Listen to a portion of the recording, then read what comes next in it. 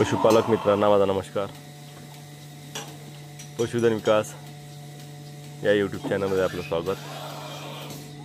आज आपण आलेलो आहोत अक्षय गोघड, नांदगाव, तालुका वरुड, जिल्हा अमरावती यांच्या गोठ्यावर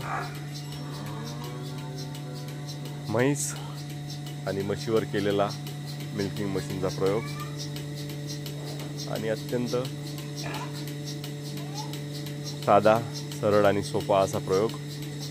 परंतु बरेच पशुपालक मशीनना मिल्किंग मशीन लावण्यास घाबरतात।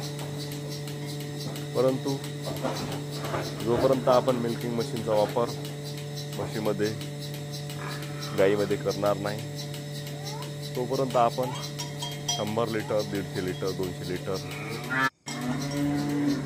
याच्यावर डेअरी व्यवसायाचा किंवा डेअरी व्यवसायाची आपण कल्पना करू शकत नाही। कारण हाताने दूध काढणे हा अत्यंत कठीण प्रयोग आहे। त्यासाठी आपण